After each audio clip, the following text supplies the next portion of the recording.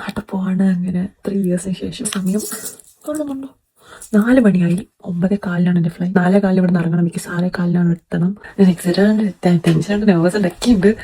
അറിയാലോ 3 വർഷത്തിന് ശേഷമാണ് ഞാൻ പോണത്. അന്നൊക്കെ ഇങ്ങനെ ഉറങ്ങിയില്ല. ഇന്ന് രാത്രി ഫ്രണ്ട്സൊക്കെ വന്നു, പിന്നെ അവരോട് കഥ പറഞ്ഞു. ഒന്നും ഉറങ്ങിയില്ല, ലിറ്ററലി ഉറങ്ങിയില്ല. ഈ ഫ്ലൈറ്റ് ഉറങ്ങാൻ ഓർത്തിരിക്കുക. അങ്ങനെ എന്നെ പിക്ക് ചെയ്യാൻ വേണ്ടി രാവിലെ ഉറക്കമൊക്കെ എൻ്റെ ഫ്രണ്ട്സ് വന്നിട്ടുണ്ട്. അങ്ങനെ അവർ 2.5 മണിക്കൂർ ഡ്രൈവ് ചെയ്ത് എന്നെ എയർപോർട്ട് വരെ ഉണ്ടാക്കി. ജസ്റ്റ് ഉണ്ടാക്കിയൊന്നുമല്ല, ഉള്ളിലെത്തുന്ന വരെ കൂടെ തന്നെ. എന്നെ ഹീറ്റർ എത്തുന്ന ഓരോ ടൈമാവും എൻ്റെ ഹാർട്ട് ബീറ്റ് കൂടി ഞാൻ അതിൻ്റെ ഇടയിൽ വണ്ടിയിൽ നിന്ന് ഒരു ചെറിയ ഉറക്കമൊക്കെ പാസ്. എന്താണെന്നറിയില്ല, ഞാൻ അവരോടൊന്നും അധികം സംസാരിച്ചോ മിണ്ടിയൊന്നും. എൻ്റെ ഉള്ളിൽ ഒരു വലിയ ഭാരം ഇരിക്കുക. നാട്ടിലേക്ക് പോകുന്നതിൻ്റെയും ഫ്ലൈറ്റിൻ്റെ കാര്യം ഓർത്തിട്ട്, ഇമിഗ്രേഷനും നാട്ടിൻ്റെ കാര്യമൊക്കെ ഓർത്തിട്ട് അങ്ങനെ ഞാൻ എയർപോർട്ടിൻ്റെ ഉള്ളിലെത്തി. തന്നെ ചെക്ക് ഇൻ ചെയ്തുകൊണ്ട് വലിയ കുഴപ്പമൊന്നും ഉണ്ടായില്ല.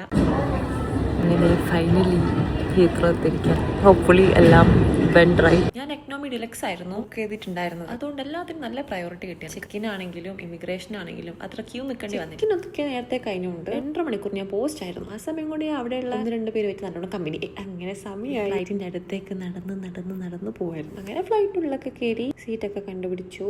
ഞാൻ 2 വിൻഡോ സീറ്റ് തന്നെയായിരുന്നു ബുക്ക് ചെയ്തിട്ടുണ്ടായിരുന്നു. കാരണം ഇങ്ങോട്ട് വരുന്ന സമയത്ത് സീറ്റൊന്നും എൻ്റെ കൺസേണേ അല്ലായിരുന്നു. സോ എനിക്ക് മിഡിൽ സീറ്റ് ആയിരുന്നു കിട്ടും. അപ്പോൾ എൻ്റെ ഇപ്പുറത്ത് ഇരുന്നിട്ടുണ്ടായിരുന്ന ആൾക്കാർ ഉറങ്ങുമ്പോൾ നല്ലോണം കൂർക്കം വലിക്കുന്നുണ്ടായിരുന്നു. കൂർക്കം വലിക്കുന്ന അവരെ കുറ്റം കൊണ്ടല്ല, പക്ഷെ എനിക്ക് നല്ല ബുദ്ധിമുട്ടുണ്ടായിരുന്നു. അങ്ങനെ വിശന്ന് കാത്തിരുന്ന് എൻ്റെ ഫുഡ് വന്നിട്ട് പറയാൻ വരിക്കരുത്. ഫുഡ് അടിപൊളിയായിരുന്നു. പിന്നെ കുറ്റം പറയുകയാണെങ്കിൽ ഫുഡിങ് വളരെ മോശമായി. പിന്നെ ഞാൻ കുറേ ഗെയിമൊക്കെ കളിച്ചു.